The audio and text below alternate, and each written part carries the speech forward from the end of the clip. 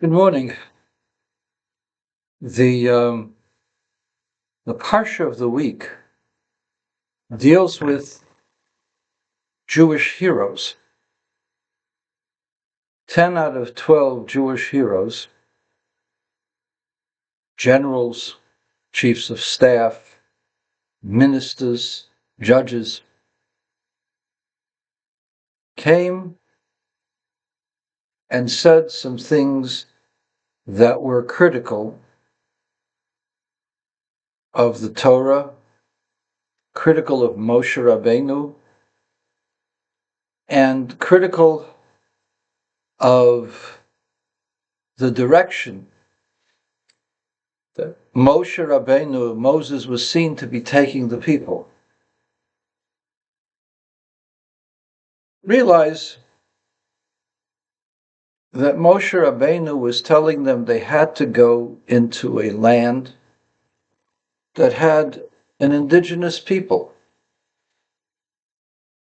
31 nations, 31 kingdoms existed in the land of Israel. Very small land, but 31 kingdoms were there, represented.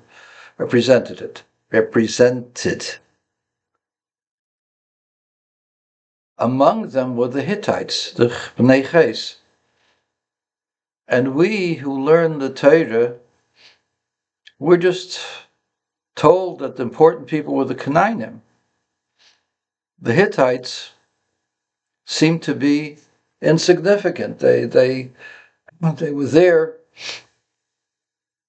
during the days of Avram Avinu. But the main players was the Canaanim and the Prizim and the Amorim.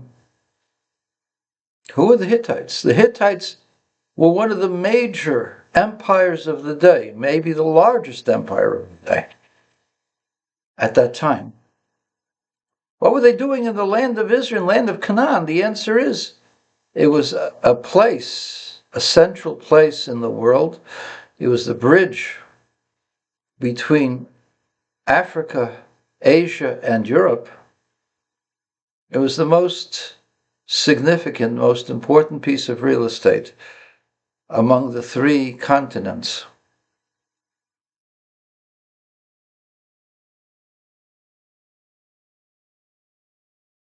Because it bridged all of them.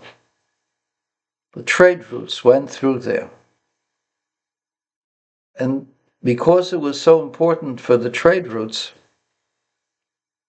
31 kings had their offices, their garrisons, and their kingdoms, an outpost of their kingdoms there. And Moshe Rabbeinu was telling the Bnei Yisrael, you're supposed to come and conquer the land. And the woke society rebelled.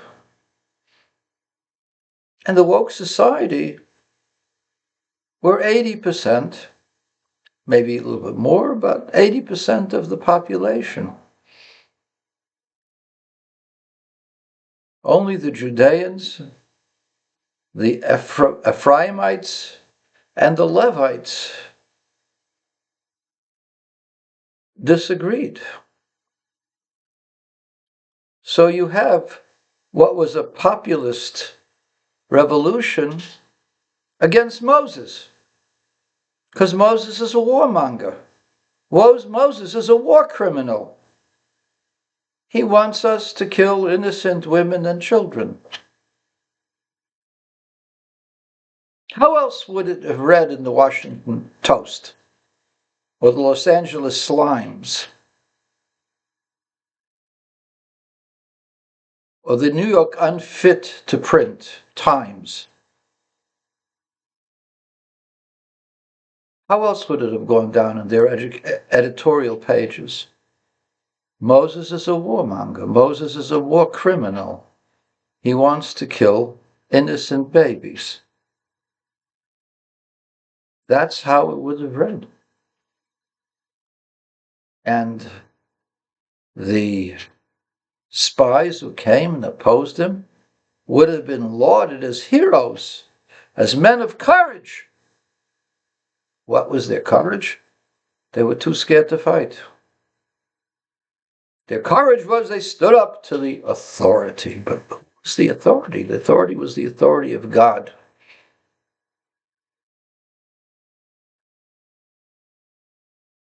But in those days, you could make that argument. These people had been there for a long, long time, hundreds of years, not thousands of years, because the land of Israel had been occupied by the descendants of Shem. First, the Semites.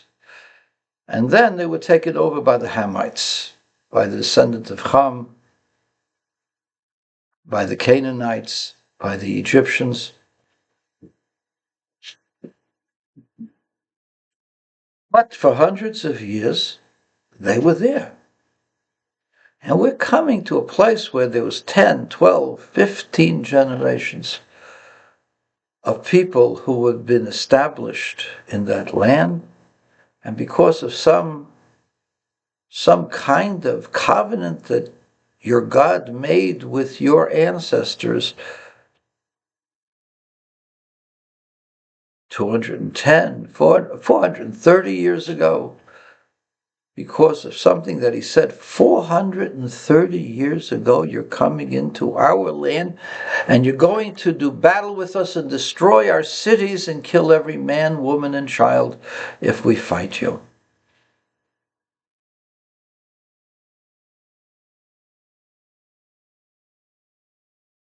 And still, the Torah calls those spies not heroes, not men of character, but they call them Rishoyim, wicked people. How do you designate somebody as a tzaddik or a rasha? By his compassion? By his peace-loving nature? By his caring of the pain of others? The Torah says no. Torah says you judge a person's righteousness by his fidelity to the word of God, the creator of heaven and earth. So the argument that the left will throw at us is all of our Torah, all of your teachings, are all the creations of some men. It never came from God. In other words, the liberals in this country and in Israel and in other countries do not believe that there is such a thing as the Word of God. Only the Muslims believe that their Quran is the Word of God. But the liberals in this country don't believe that the Bible comes from God. Why? Because they have questions. You have questions, I got some answers. You just don't want to hear my answers. I challenge you to ask me a question I can't answer. I'll find an answer for you.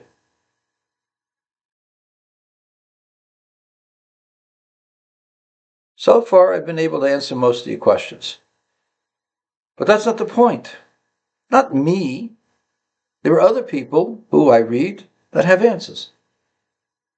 People had questions about evolution.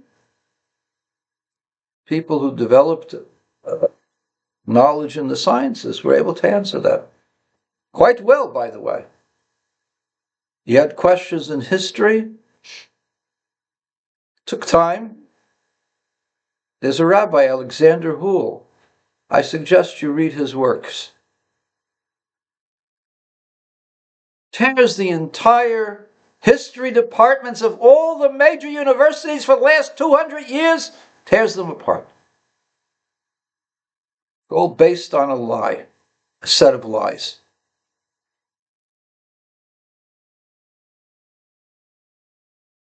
Well, what about cosmology and the Big Bang and everything took billions of years? I don't know how to answer that. There are people who suggested answers. There are people who don't like those answers, so they say the guy's not qualified. Dr.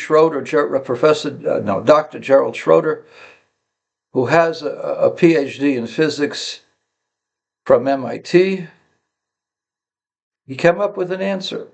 And people don't like his answer. Okay. You don't like his answer, but his answer is an answer. Just because you got a question doesn't mean there isn't an answer. Clearly, the Torah says he or she who follows the Torah is a tzaddik, is righteous, and he or she who does not follow the Torah is not righteous. Does it mean we're not supposed to love? No, we're supposed to love them regardless. I had this conversation in 1965 with a man by the name of Rabbi Abraham Avram Schlesinger, who's today one of the, if he's still alive, would be one of the big rabbanim in the world. He's either a rav in Israel or he's a rabbi in Switzerland, passed away a few years ago. But he's a major player, he's a major rabbi. We had this discussion whether you're supposed to love Ben Gurion or not. And I said you're supposed to love Ben Gurion. Ben Gurion is a lowlife, Ben Gurion is a Russia, but you're supposed to love him. Because according to the definitions of the Baal HaTanya, the Alter Rebbe, he didn't learn in your yeshiva. He didn't learn with your Rebbe. And even if you admonished him, you're still supposed to love the good in him, the spark of godliness that's within him. You're supposed to love that spark of godliness and hate the evil, but have Rachmanis on the neshama that was given into that body of his. And if David Ben Gurion would come, and we had barely a minyan today, if we would have come and been the 10th man, we'd have given him a cup of coffee, maybe a glass of schnapps. I got some good schnapps in the freezer. And even a shtickle of herring. Love a fellow Jew has nothing to do with whether they're righteous or not. It could be the worst perpetrator. The Rebbe refused to have Ben Gurion come visit him. And they asked the Rebbe why. He says because he violated the 3 cardinal principles of the Torah. He caused the death of Jews at the Altalena. He gave the order. And there were others. There were political assassinations that nobody's heard about. One of them is Dr. David DeHaan, was murdered by one of the left, who was given the order either by David Shartik, Moshe Shartik, or David Ben Gurion, one of the hierarchy that we know. But the Rebbe, but clearly he gave the order to shoot at the Altalena, murdered 17 Jewish boys for no reason. They weren't shooting at them to show that they were boss, that they could shoot down other Jews and destroy an entire shipload of ammunition that could have saved the city of Jerusalem. Just total callousness because of the desire to be empowered. But I digressed.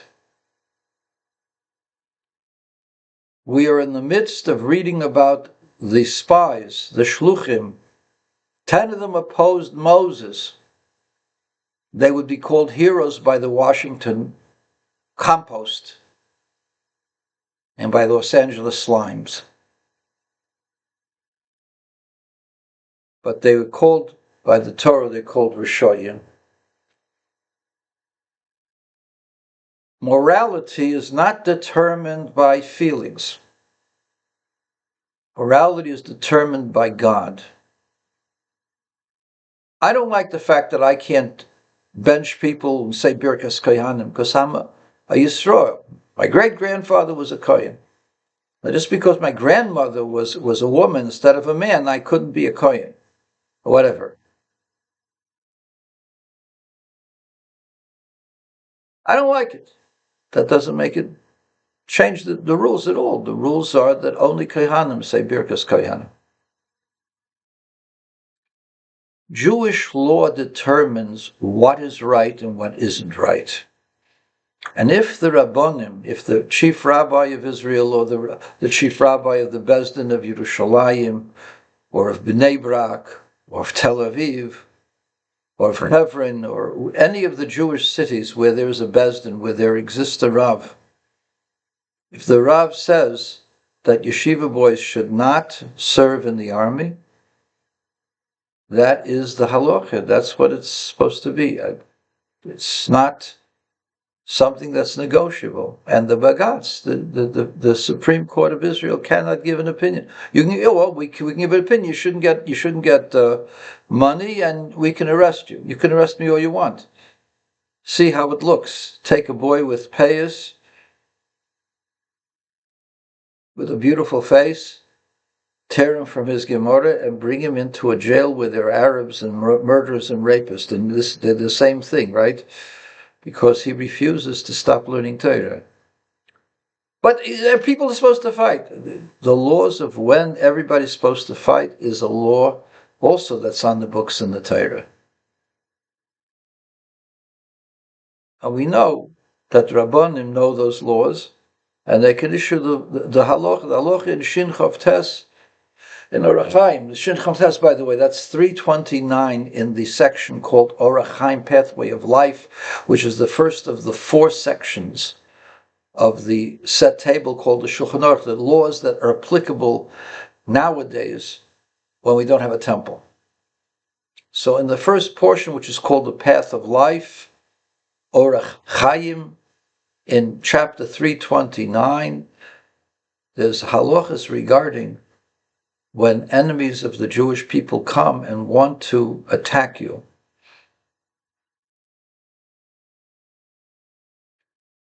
And if they're attacking the border, even if they have made movements on the border, they haven't even come there yet, but they're starting to put together arms and starting to do drills and so on and so forth. You don't wait until they're actually at the border, like the Bagatz, the stupid Supreme Court said, that you can't shoot at them as long as they haven't shot at you. That's stupid. Anything that represents a threat, you kill, you destroy. An Arab should be fearful of going next to that wall, but they're not fearful because of the Supreme Court of Israel. It's not a Supreme Court, it's Supreme jokers. And they have no business issuing life and death things, and they have no business issuing opinions based only upon their discretion.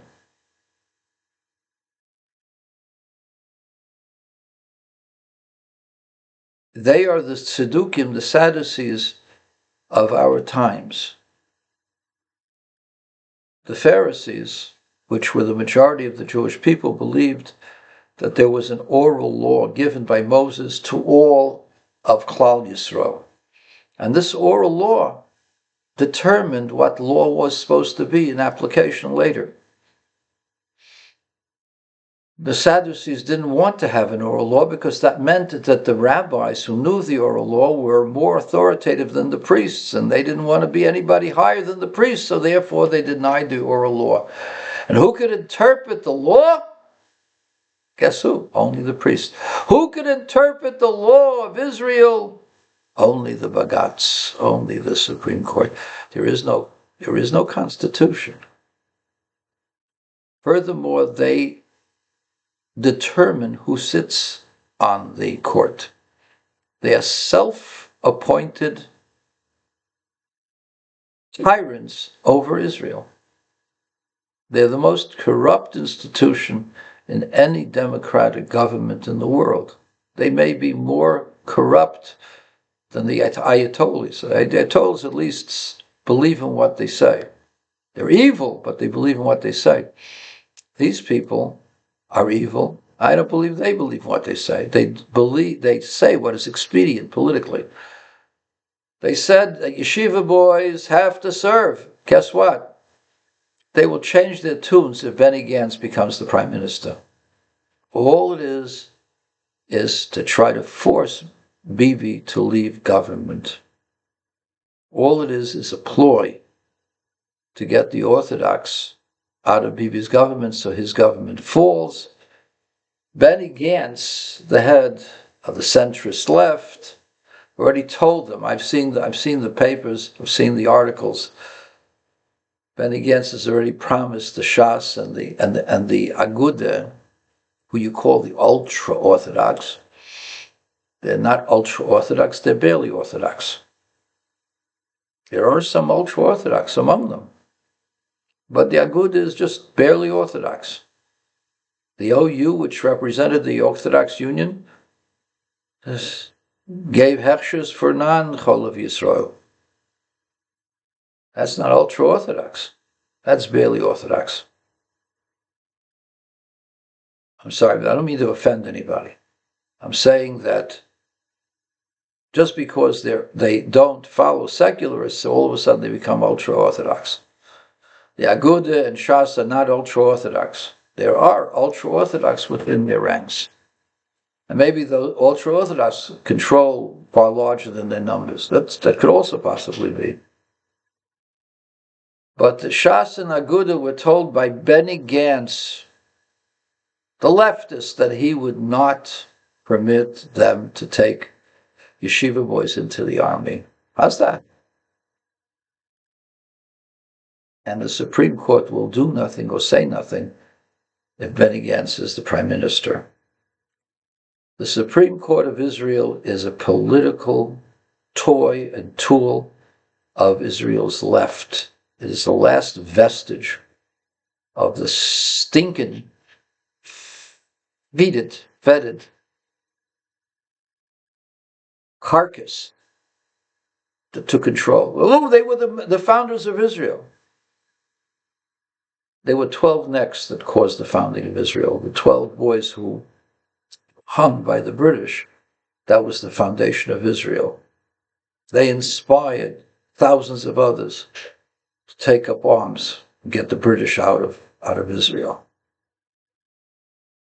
And then the glory and the control was all on Ben-Gurion. Ben-Gurion controlled the money, controlled where the main weapons were given, because he was from the WZO, the World Zionist Organization. He was the head of, and so on. So he put himself in the position. Begin was not such a social animal. He didn't know the ins and outs of how to do these things. And so Begin was relegated to a small minority. Control of Israel was by David Ben-Gurion. Why am I saying this? I'm saying to you as follows. What is moral is determined by the Torah. The Torah says that a boy who wants to learn Torah should only learn Torah, should not go out.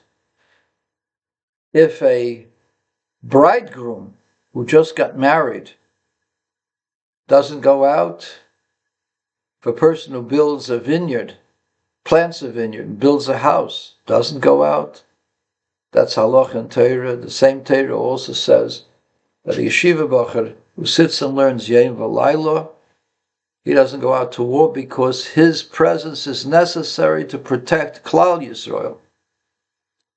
That's what Torah paskins.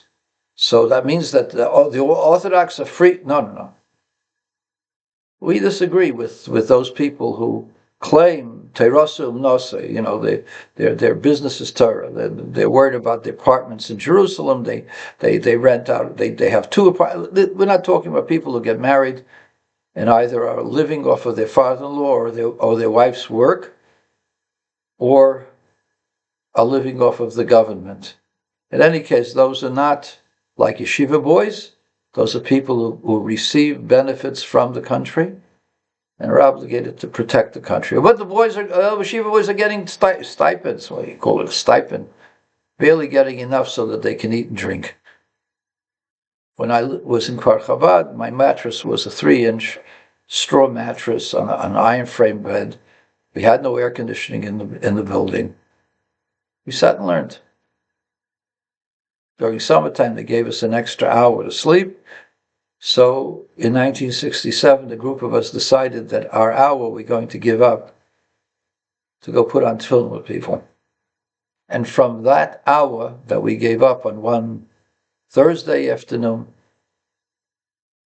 Mivtzat film blossomed all over Israel from the yeshiva that we were in.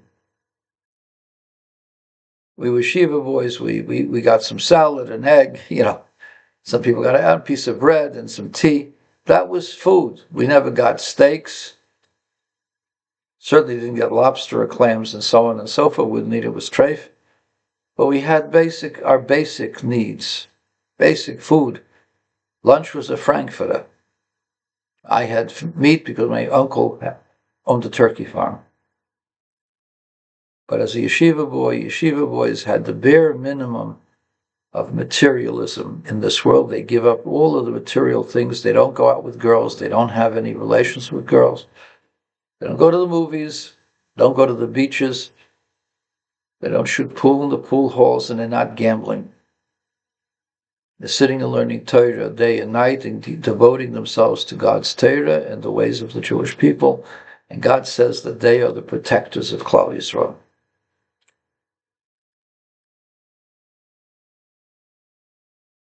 One of the Tanoim, I believe, was Rabbi Shuv ben Chananya, asked the people of a city, show me the Neturei Karta, the ones who watch the city. They showed him the guards, the armed guards who stood on watch. He says, that's the guardians of the city. They're the destroyers of the city. Show me the teachers and their students. Those are the ones who guard the city. Because even when you have guards, those guards need the protection of HaKadosh Baruch Hu. One of my friends, a student of mine, I'm not going to mention his name, believed that he could create his own reality by his own positive assertions. I told him, your positive assertions are only good to a certain extent. You need God's mercy. No, you have to be positive. You have to have bitochen. I said, bitochen in God requires the request of mercy from God. You have bitochen that God will be merciful, but you have bitochen and asking for God's mercy.